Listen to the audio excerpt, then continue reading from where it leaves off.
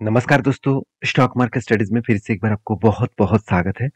तो आज फिर से आपके सामने कुछ इंपॉर्टेंट कंपनी का अपडेट लेके आया हूँ। तो इस वीडियो को लास्ट तक जरूर देखना क्योंकि यहाँ पे सारे कंपनीज के जानकारी के साथ-साथ टेक्निकली चार्ट पैटर्न्स किस लेवल में बन रहा है एज ए स्विंग ट्रेडिंग्स के लिए वो भी आप सीख सकते हैं क्योंकि मेरे वीडियो के माध्यम से आपको सारे के सारे चीज सीखने के लिए मिलेगा। कोई भी मेरे तरफ से बाय एंड सेल का रिकमेंडेशन नहीं है। हमेशा मैं आपको सिखाने के लिए ही सारे वीडियोस लेके आता हूँ। तो प्लीज इस वीडियो को एज ए रिकमेंडेशन मत समझिएगा। इस वीडियो को टोटली एजुकेशन पर्पस में लेना। तो वीडियो को अच्छा लगे तो लाइक करना, दोस्तों के साथ शेयर भी करना। तो चलो देख लेते कौन सा कंपनी है इस वीडियो के अंदर। तो फर्स्ट जो कंपनी है जिसका नाम है एफएल इंडिया लिमिटेड। देखिए एफएल इंडिया आप सभी जानते हैं। इस कंपनी देखा जाए तो एक आईटी सेक्टर से बिलोंग करते हैं और आईटी इंडस्ट्रीज में जितने सारे कंपनीज है वो दो अलग कैटेगरीज में डिवाइड किया गया है। एक large cap blue chip type company, दूसरा medium and small cap type company. तो आज जिस कंपनी के बारे में बात करूँ एफएल इंडिया, वो एक medium and small cap type company है और इस रैंकिंग में एफएल इंडिया टॉप 8 में खुद का नाम दाखिल करा चुके हैं। तो कंपनी की जो परफॉर्मेंस है आपको बेस्ट तरीके से देखने को मिलेगा। जैसे आप देखेंगे कंपनी की जो परफॉर्मेंस है वो आरओसी आरओई बेस्ड है और कंपनी का डेप्थ एकदम ना के बराबर है, जीरो डेप्थ बोल सकते हैं। इनकम भी बहुत शानदार है और फ्री कैश फ्लो भी ठीक ठाक देखने को मिला और अर्निंग पर शेयर भी 20 रुपीज के आसपास है। और सबसे इंटरेस्टिंग पॉइंट यही है कि कंपनी की जो आरओसी है वो 3 साल में भी 30% के आसपास, ईबिटा मार्जिन भी 39% के आसपास, क्विक रेशियो भी 1% के ऊपर होना चाहिए था, यहाँ पे 2.89% के आसपास देखने को मिला। ये सारे पॉइंट्स कंपनी के फ्लेवर में है। हाँ, कुछ पॉइंट्स वीकनेस है जैसे कंपनी बुक वैल्यू के 10 टाइम्स ऊपर कंपनी ट्रेड कर रहा है। दूसरी बात कंपनी का P ratio industries P ratio से डबल के आसपास है। अब इस पी रेशियो कितना हाई है वो आपको यहाँ पे दिखेगा। कंपनी का खुद के पी रेशियो के एवरेज के बारे में बात करूँ तो 5 साल के एवरेज निकल के आ रहा है 68 और कंपनी का पी रेशियो अभी 58 के आसपास है। इसका मतलब कंपनी खुद के ऊपर देखा जाए तो कंपनी अंडर वैल्यूड है और इंडस्ट्रीज वाइज देखा जाए तो कंपनी ओवर वैल्यूड है। तो फिर भी मेरे मेरे हिसाब से कंपनी अंडर वैल्यूड ही है क्योंकि कंपनी में उतना ज़्यादा हाई लेवल में, जिस लेवल में कंपनी का टॉप लेवल पी रेशियो था, अभी मैं कोविड के टाइम में देखूँ तो कोविड में जिस सिचुएशन था उसी जगह पे कंपनी आ चुके हैं। तो इसका मतलब करेक्शन हुआ है, एक शानदार तरीके से एक लेवल्स आ चुके हैं और पी रेशियो मुझे लगता है अभी अंडर वैल्यूड के हिसाब से ही देखने को मिला। अभी कंपनी के जो क्वार्टरली रिजल्ट है वहाँ पे आप देखेंगे तो कंपनी की जो सेल्स 90 करोड़ 2020 में था, उसके बाद 2021 में जून मंथ में 150 करोड़ बन चुके हैं और जून मंथ में 2022 में 347 करोड़ बना और जून मंथ में 2023 में 407 करोड़ बना। इसका मतलब अलग लेवल में कंपनी का यहाँ पे सेल्स देखने को मिला। अभी उसी सेल्स को मैं मेजर करूँ तो एक्सपेंस भी कंपनी को कंट्रोल में रखा। एक्सपेंस कंट्रोल में रखने के बाद कंपनी का अच्छा खासा प्रॉफिट भी हुआ। अभी प्रॉफिट मार्जिन जो है वो कंपनी की देखिए पहले 25% हुआ करता था, आज वो घट के हो चुके 19%। इसका मतलब प्रॉफिट मार्जिन में थोड़ा सा चेंजिंग देखने को मिला। अभी सिचुएशन वाइज देखा जाए तो कंपनी का जो प्रॉफिट है वो लगातार बढ़ते जा रहा है। तो 55% से बढ़ के हो चुके 66%। जो पिछले 2021 में था 36% और 2000 में था, सॉरी 2020 में था 19% के आसपास। तो ओवरऑल कंपनी का जो ग्रोथ है वो लगातार बढ़ते गए और सबसे इंटरेस्टिंग पॉइंट यही है कि कंपनी के जो रेशियोज है वहाँ पे आपको आरओसी दिखेगा। 2019 में एकदम शानदार लेवल का आरओसी था, उसके बाद धीरे धीरे करके घटते चले गए और कंपनी का आरओसी अभी एक एवरेज लेवल के थोड़ा सा ऊपर है।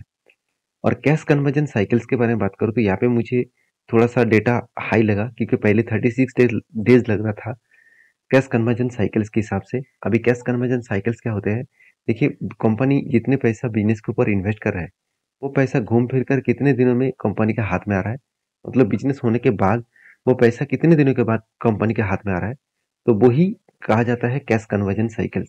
तो वो साइकिल्स पहले 36 डेज था, अभी वो बढ़ के हो चुके 62 डेज, इसका मतलब डबल के आसपास।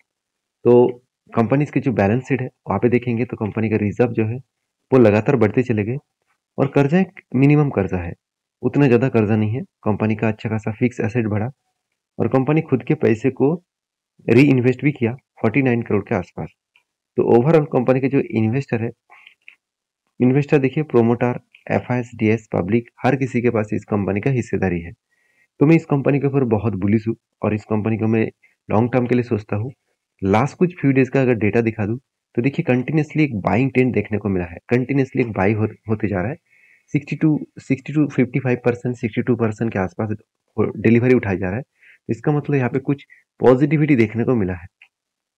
अभी एप्पल इंडिया के चार्ट पैटर्न के बारे में बात करूँ, तो मेरे हिसाब से यहाँ पे एक शोल्डर कम हेड बना, उसके बाद फिर से 2 बार शोल्डर बना, और यहाँ पे देखिए ब्रेकआउट भी हुआ। इस कैंडल ने ब्रेकआउट दिया, और कंफर्म कौन सा कैंडल ने किया? कंफर्म किया इस कैंडल ने। इस कैंडल ने कंफर्मेशन दिया। तो मेरा एंट्री लेवल इसके ऊपर है, और छोटा सा एंट्री लेवल यहाँ पे था, और जब करेक्शन होकर यहाँ पे आया, फिर से मैं कुछ क्वांटिटी ऐड किया हूँ। तो उसके बाद मेरा जो टारगेट रहेगा, वो टारगेट एक्चुअली रहेगा इस लेवल तक, करीबन करीबन 1340 रुपीज़ के आसपास। इस तरीके से लेवल को टारगेट अगर अचीव होता है, तो 21% के आसपास टारगेट अचीव होगा, और मेरे हिसाब से टारगेट अचीव जरूर हो सकते हैं, क्योंकि प्रीवियस स्विंग हाई कंपनी का इसी लेवल में है। तो देखा जाएगा अभी टारगेट होगा कि नहीं होगा, तो इसके लिए मैं इंतजार करूंगा, और आपके क्या राय है इस कंपनी के ऊपर जरूर कमेंट्स करके बताना। नेक्स्ट जो कंपनी है, उसका नाम है IEX, इंडियन एनर्जी एक्सचेंज। देखिए IEX के बारे में बात करूँ, तो इस कंपनी एक मोनोपोली बिजनेस एंजॉय कर रहा था, और कुछ पॉलिसी चेंजेस के कारण इस कंपनी की मोनोपोली मोनोपोली का जो बिजनेस था, वो खत्म हो चुके हैं। अभी कंपनी देखा जाए तो अकेला काम कर रहा है, मोनोपोली नहीं है। इस सेक्टर में और भी बहुत सारे कंपनीज ऐड हो चुके हैं। तो बहुत सारे दोस्तों ने कमेंट्स किया कि सर कंपनी का मोनोपोली खत्म हो गया, तो क्या कंपनी बर्बाद हो जाएगा? कंपनी में क्या निवेश करना नहीं चाहिए? देखिए, आपका राय अलग हो सकता है, मेरे कुछ राय आपको आपके साथ डिस्कशन करूंगा। देखिए, इंडियन एनर्जी एक्सचेंज एक पावर सेक्टर के ऊपर काम करते हैं, और सबसे इंटरेस्टिंग पॉइंट ये जान लीजिए, पावर कंजप्शन जो है वो लगातार बढ़ते जा रहे हैं, और भी बहुत ज़्यादा बढ़ने वाला है, क्योंकि इलेक्ट्रिसिटी जो है वो हर जगह पे यूज़ किया जा रहा है, और हर दिशा में उसका ग्रोथ हर मतलब दिशा से देखा जा रहा है। और इलेक्ट्रिसिटी का जो ग्रोथ है वो अपकमिंग कुछ ईयर्स में डबल टिपुल हो सकते हैं। तो सोचिए, इतना बड़ा जब ग्रोथ पोटेंशियल है सेक्टर का, तो क्या उस कंपनी का ग्रोथ नहीं होगा? और रही बात कंपनी का परफॉर्मेंस का, कंपनी के परफॉर्मेंस आपको बेस्ट दिखेगा। जैसे कंपनी का पी रेशियो 40 के आसपास है, चलो मान ही लेता हूँ थोड़ा सा ओवर वैल्यूड है, कोई बात नहीं। ROC देखिए बेस्ट है। इनकम लगातार बढ़ते जा रहा है। डेप्थ एकदम जीरो है। प्रोमोटर के पास होल्डिंग जीरो है। इसमें घबराने की कोई बात नहीं। और रही बात कंपनी का डेटोस डे 6.40 के आसपास देखने को मिला। मार्केट कैप टू सेल्स के बारे में बात करूँ तो 29.4 के आसपास देखने को मिला। तो मार्केट कैप टू सेल्स बता रहा है कि कंपनी को 1 रुपया कमाने के लिए करीबन करीबन 30 रुपीज पेमेंट करना पड़ रहा है। तो मेरे हिसाब से यहाँ पे थोड़ा सा वैल्यूएशन हाई देखने को मिला। बाकी जो पैरामीटर्स है, जैसे ROC 3 साल में एवरेज भी अच्छा खासा है, EBITDA मार्जिन भी ठीक ठाक है, क्विक रेशियो भी ठीक ठाक है। अभी कंपनी के जो क्वार्टरली रिजल्ट है वो आप देखेंगे, तो कंपनी की जो सेल्स है वो लगातार बढ़ते चले जा रहा है। पिछले बार का जो सेल्स था उससे भी कई गुना ज़्यादा कंपनी के सेल्स बढ़े, और कंपनी एक्सपेंस को भी मेंटेन किए, और उसके बाद नेट प्रॉफिट जो है वो भी यहाँ पे लगातार बढ़ते चले गए। नेट प्रॉफिट के बारे में बात करूँ तो 64 करोड़, 69 करोड़ और 74 करोड़ के आसपास देखने को मिला।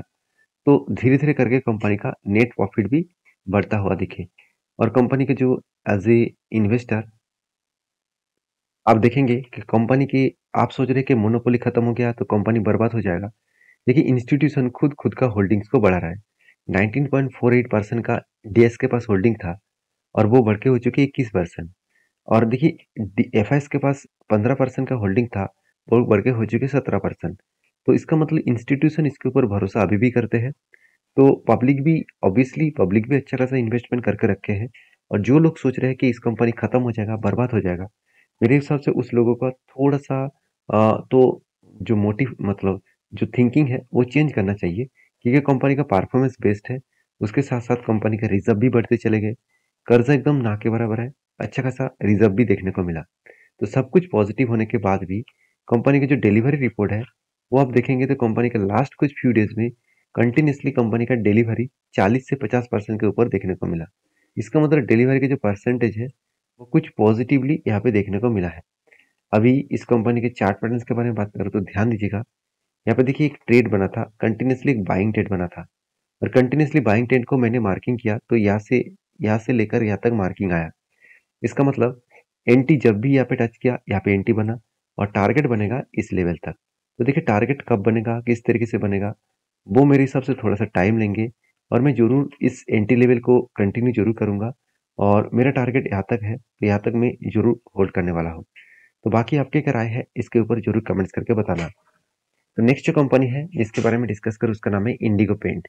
देखिए मेरे सबसे एक पसंदीदा कंपनी भी आप बोल सकते हैं इंडिगो पेंट, क्योंकि इस कंपनी बहुत छोटा है, करीबन 7,000 करोड़ के आसपास इसका मार्केट कैप है।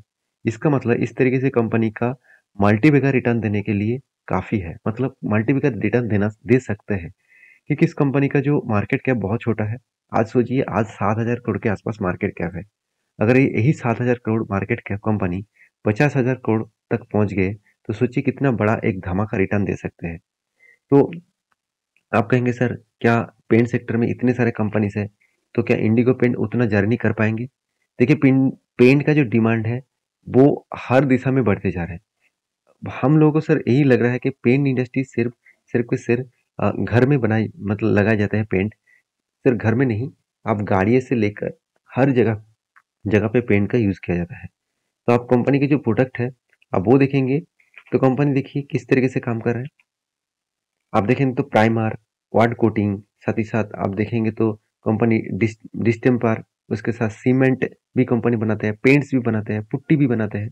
तो अलग अलग कैटेगरीज के प्रोडक्ट्स कंपनी बेच रहा है और कंपनी का जो न्यू प्रोडक्ट है उस न्यू प्रोडक्ट के ऊपर कंपनी खुद के नेक्स्ट कुछ 2 से 3 ईयर्स में अप्रोक्सीमेटली उसके ऊपर भी एक अच्छा खासा ग्रोथ करने वाला है। और मैन्युफैक्चरिंग कैपेसिटी जो है वो 5 मैन्युफैक्चरिंग यूनिट्स है और जहाँ पे 1,10,000 kilo litre per annum company capacity को बढ़ाकर कर दिया है 1,38,000 crore metric tonne per annum. तो सोचिए कंपनी इतना हाई ग्रोथ कर रहा है तो उसके बेसिस में कंपनी में अपकमिंग टाइम्स में अच्छा खासा ग्रोथ होने का चांसेस है। और रही बात कंपनी के परफॉर्मेंस का, आरओसी आरओई बेस्ड है, पी रेशियो ठीक ठाक ही है, इंडस्ट्रीज पी रेशियो से कम है, इनकम भी अच्छा खासा है, कर्जा एकदम जीरो है, कंपनी के प्रोमोटर के पास होल्डिंग्स भी अच्छा खासा है। तो कंपनी के 2 पॉइंट्स मुझे शानदार लगा। पहली बात तो यहाँ पे देख सकते हैं 3 साल में कंपनी का जो आरओसी है वो 21 है, मार्केट कैप टू सेल्स बता रहा है, कंपनी का वैल्यूएशन थोड़ा सा हाई है, फिर भी ठीक है, चलो कोई बात नहीं। 1 रुपये कमाने के लिए कंपनी को 6.5 रुपीज के आसपास देना पड़ रहा है, और चलो मान लेता हूँ ये ठीक ठाक ही है। कंपनी का जो प्राइस टू बुक वैल्यू है यहाँ पे थोड़ा सा ज्यादा हाई वैल्यूएशन देखने को मिला।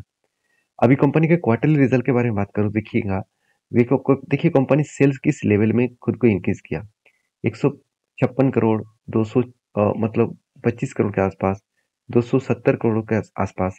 तो कंपनी लगातार खुद का जो सेल्स है वो बढ़ाते चले गए, एक्सपेंस को भी कंपनी कंट्रोल में रखे। उसके बाद नेट प्रॉफिट, जो कंपनी का नेट प्रॉफिट आया 12 करोड़, 20 करोड़ और 30 करोड़। तो इसका मतलब कंपनी हर सालों में 10 करोड़ करके प्रॉफिट को जर्नी को बढ़ा रहा है। तो ये मेरे लिए बेस्ट होगा क्योंकि कंपनी यही काफ़ी है कंपनी का इस तरीके से परफॉर्मेंस करने के लिए। कंपनी का जो बैलेंस शीट है वहाँ पे 2 चीज़ आपको देखना चाहिए।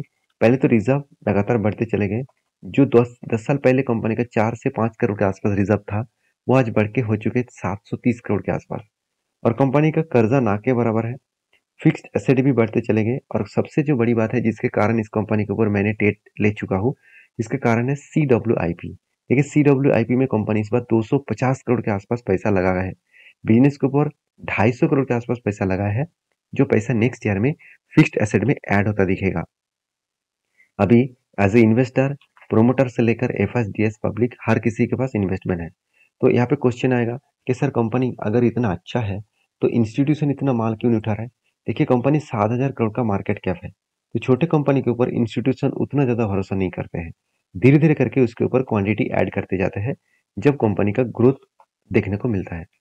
और रही बात इसका डिलीवरी के डेटा के बारे में बात करूँ तो लगातार कंपनी के ऊपर एक एवरेज लेवल के आसपास डिलीवरी देखने को मिला, एक शानदार तरीके से डिलीवरी देखने को मिला 50% के ऊपर। मैं हमेशा देखता हूँ किसी भी कंपनी के ऊपर अगर 50% के ऊपर डिलीवरी देखने को मिलता है तो एक प्लस पॉइंट के हिसाब से देखना चाहिए। और रही बात इस कंपनी के चार्ट पैटर्न्स का, तो आप देखेंगे तो कुछ इस तरीके से चार्ट पैटर्न्स बना, तो कंपनीज के ऊपर एक शानदार तरीके से पैटर्न्स क्रिएट होने वाला है। तो उससे पहले मैंने एक एंट्री लिया हूँ, वो एंट्री कहाँ पे है मैं आपको बता दूं, यहाँ पे थोड़ा सा जूम करके, यहाँ पे देखिए एक ट्रेन लाइन मैंने ड्रॉ करके दिया और ये ट्रेन है कंपनी का लाइफ टाइम हाई से नीचे तक अगर देखा जाए तो बार बार इसी जगह पे कंपनी क्या क्या रेजिस्टेंस को फेस किए, और जब इस रेजिस्टेंस को ब्रेक किए जब इस रेजिस्टेंस को ब्रेक किए, सबसे बड़ी बात है, आप देख सकते हैं यहाँ पे रेजिस्टेंस को ब्रेक किया और यहाँ पे देखिए वॉल्यूम भी हाई था। तो इस कैंडल के ऊपर, नेक्स्ट कैंडल के ऊपर मैंने एंट्री लिया और इस कैंडल के ऊपर एंट्री लेने के बाद मेरा जो टारगेट है, वो अभी तक टारगेट एक्चुअली अचीव नहीं हुआ। मेरा टारगेट इस लेवल तक रहेगा 1721 के आसपास। और अगर एंट्री लेवल से मेरा टारगेट हुआ, एंट्री लेवल से मेरा टारगेट बने, तो ऑलमोस्ट मुझे 35% के आसपास गेन मिलेगा। तो मैं एक इस एंट्री तो ले चुका हूँ, यहाँ पे मैं एग्जिट करूंगा, नेक्स्ट में एंट्री जरूर लूंगा क्योंकि यहाँ पे एक बार, दो बार, तीन बार शोल्डर बन चुके हैं। मेरे हिसाब से एक बिग कप बनने जा रहा है, उसके बाद एक शोल्डर बनेगा जरूर। एक दो शोल्डर बनने के बाद अगर ब्रेकआउट करे तो बड़ा यहाँ पे धमाका हो सकते हैं। तो उस डेट के लिए मैं इंतजार करूँ, यहाँ पे मैं बड़े क्वांटिटी के साथ ट्रेड करूंगा।